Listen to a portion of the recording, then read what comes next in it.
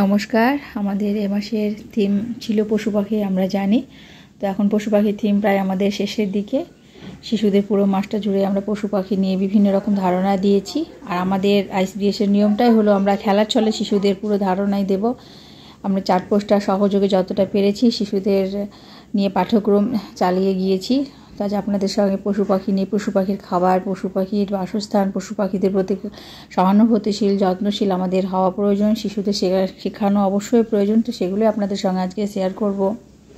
আর শিশুরা চার্ট পোস্টারগুলো দেখে তো ভীষণই খুশি হয়। আর আজকের ভিডিওটি যদি আপনাদের ভালো লাগে তাহলে প্লিজ ভিডিওটিতে একটি লাইক দিয়ে দেখবেন। আমি পশু পাখির মধ্যে আমরা কি করে পশু পাখিদের যত্ন নেব, আমরা তো পশু পাখি নিয়ে বলছি, তাহলে এই পশু পাখির আমরা দেখাশোনা কি করে করব, কি করে সহানুভূতিশীল হবে, আমরা একটু জেনে দেখি। ঠিক আছে? তো তার জন্য বসে যাও, এখানে বসে যাও, আমার পাশে এখানে বসে যাও, দিদিমণির পাশে যাও, এখানে এসো। আমরা এই আচ্ছা এই যে ছবিগুলো দেখতে পাচ্ছ এর মধ্যে কোনটা পশুর ছবি আর কোনটা পাখির ছবি? এটা পশু। Very good. তাহলে পশুটা আগে পাখি বলে আমরা ডাকবে। ঠিক আছে, আচ্ছা বসে যাও। এই আমরা তাহলে আমি পশুটা পরে আসছি, তাহলে আমরা একটু পাখি সম্পর্কে একটু জানি। ঠিক আছে?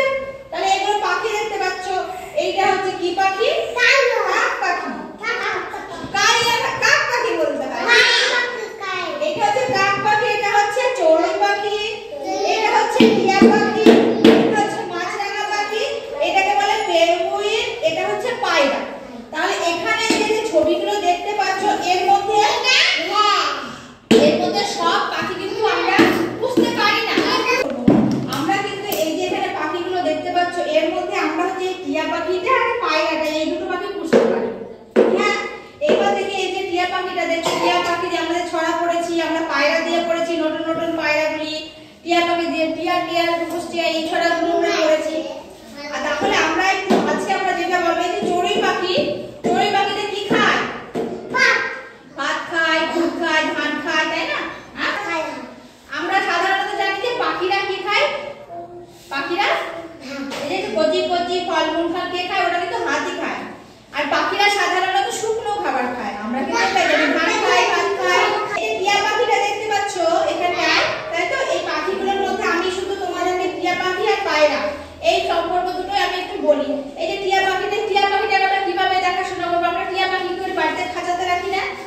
তাহলে শুধু তো রাখলে হবে না, তাকে দেখাশোনা করতে হবে, তাকে খেতে দিতে হবে, যত্ন করতে হবে, তাই না? হ্যাঁ হ্যাঁ, তাহলে দুর্বল হয়ে পড়বে আমরা যদি না খেতে দিই, তাই না? তাহলে এই পাখিটাকে আমরা যদি পুষতে যাই তাহলে তাকে আমাদের খেতে দিতে হবে, নিয়মিত স্নান করাতে হবে, তার যত্ন করতে হবে। এই পাখিটা যখন পটি করবে তাহলে সেটা আমাকে পরিষ্কার করে ফেলতে হবে, না হলে আবার জীবাণু ছড়িয়ে যাবে, তাই না? কিন্তু আমরা জানি, কিন্তু আমাদের কিন্তু যাই করি না কেন আমাদের কিন্তু আমি কিন্তু সবসময় তোমাদেরকে একটা কথা বলি, আমরা কিন্তু যে এদিকে দেখো, আমরা সবাই এদিকে দেখো, সবাই এদিকে দেখো, আমরা যে পশু পাখির গায়ে আমরা হাত দেব না কেন আমাদের কিন্তু হাতটা ধুয়ে ফেলবো ভালো করে, তাই তো? সাদা, হ্যাঁ, আমরা সাবান দিয়ে পরিষ্কার করে হাত ধুয়ে ফেলবো। তাহলে এই টিয়া পাখিটাকে আমরা পুষতে পারি, কিন্তু আমরা এই পেঙ্গুইনটা পুষতে পারবো? পারবো না। কেন পারবো